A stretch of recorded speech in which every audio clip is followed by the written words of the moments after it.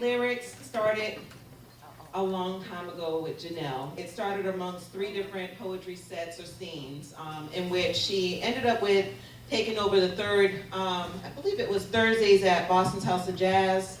And she kind of progressed from there, got bigger, moved to Pillow Talk, got bigger, moved to Churchill's, got bigger. Keep growing. How y'all doing? I'm Big Win of Big Win Productions. Listen, we got a production going on at the Bond in the Theater called Motown Love Machine. I'm sweet daddy love. You might hear me say something like, let me hold you tight, if only for one night. Let me keep you near to ease away your fears. It would be so nice if only for one night. I won't tell you so. No one has to know. If you want to be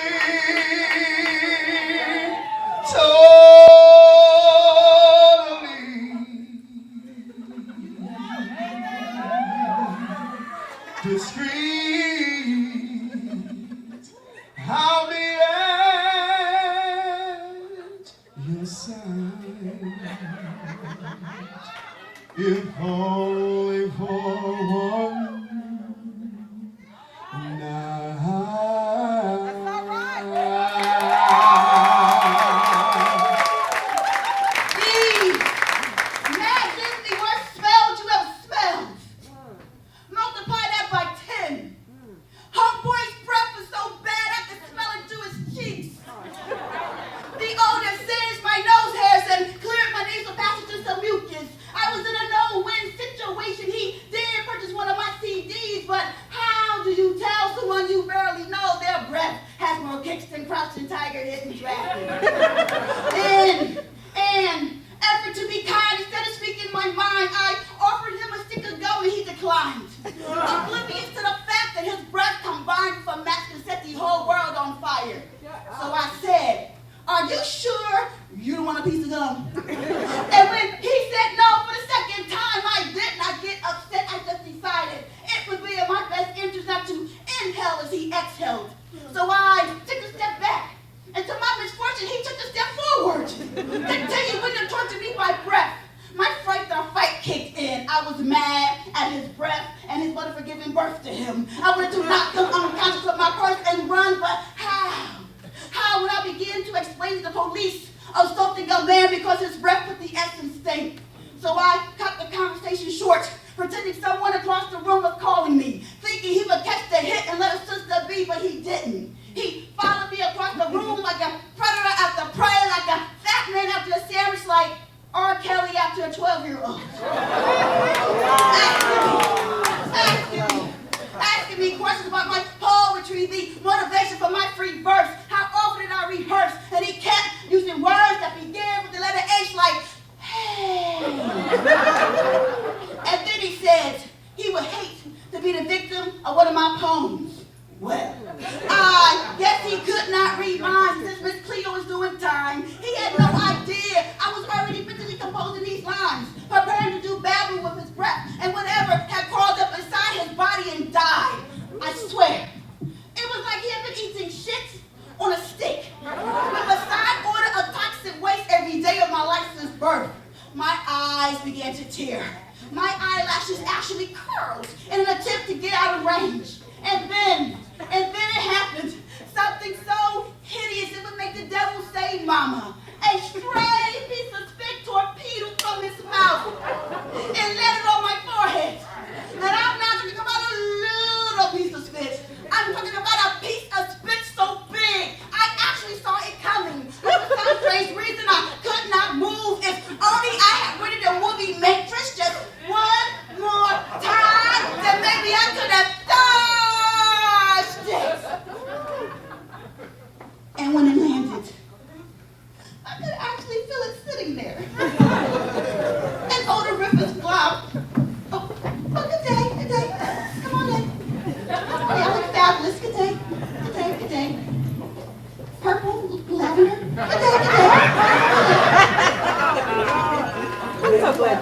Check this out. I can go right back to where I left off at. And odorific love.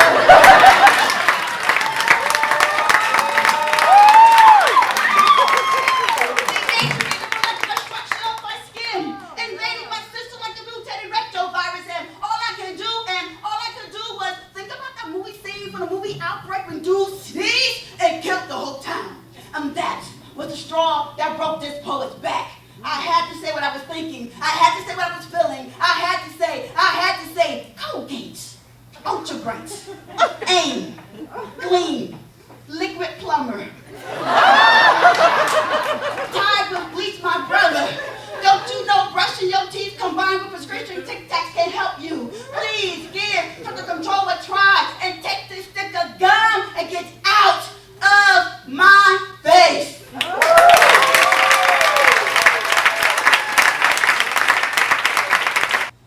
It seems like it's been about 10 years since I saw you.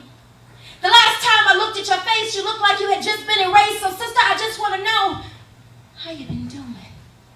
Seems like there's so many scars. You've been broken and bruised, broken down, picked up, but Lord, I just want to tell you, I miss you. The last time that I saw you, I just wanted to tell you how much and how beautiful you are, how distant of a memory you've become to yourself, so I just want to know, are you okay? Little girl, I see your broken scars. I see each time that he hits you, each time that he hurts you, but I just want you to know that there's a beautiful woman inside of you. So, stand up a little bit taller. Pick yourself back up and forget about all the things that he said to you, like you'd never be anything, you were a bitch, and that your middle name was Broken. Because I see so much more in you. It's been 10 years since I saw you. And it looks like your hair kind of came out, but it's okay because they got weaves nowadays, so just sew that thing up and pick up your smile, because it's okay, little girl. It's all right. I know he told you never amount to anything, but each and every time I hear your voice, I realize there's a queen inside of you. So I'm going to keep commanding royalty until you begin to stand up. It's been a while since I've seen you. But I'm celebrating with you because I see the queen in you has just started to rise up. So, sister girl, I just want to snap my fingers to your groove, because every time I look at you, all I can say is, you are so beautiful. I know it's been a while since you saw you too, but I just want to look in the mirror and say to you, meaning me, I missed you.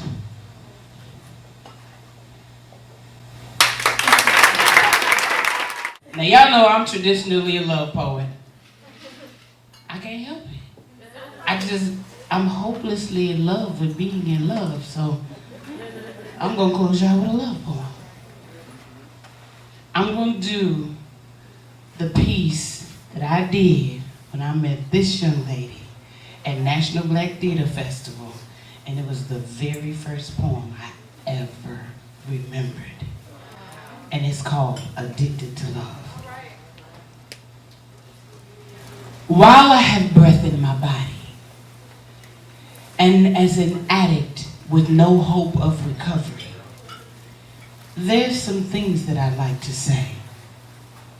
And you're probably thinking that I can hold this until tomorrow. But with tomorrow not being promised, I need to go ahead and get this off my chest today. You see, I've loved on the levels of the deepest parts of the oceans. And that experience carries me from my dreams into my addicted reality. And it's the greatest part of me. But it's also my downfall. Because my heart is often exposed, and the only thing I know is to go on. Until the waves of love overtake my current unrest, and I think it's best to love with all your heart. To love with everything that you are. To not give up on the hope that love will begin again. And when that door opens, don't be fearful.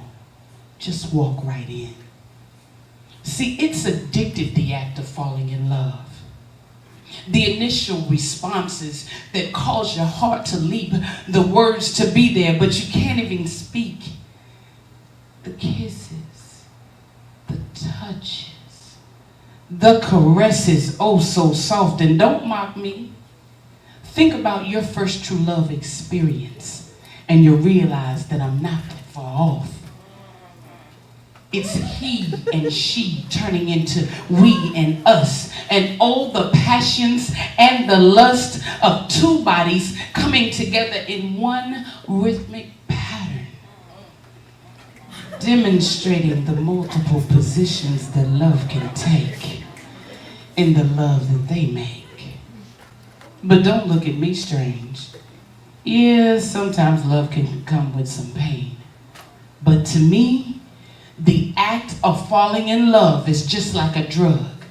And there's no rehab for my addiction, no other diagnosis for my condition. And the truth be told, I just don't want to be cured. So it is my prayer. Dear Lord, let me enter into your promised land with my heart wide open in my hands, because it is my greatest gift, and I am proudly addicted to love. I am the princess.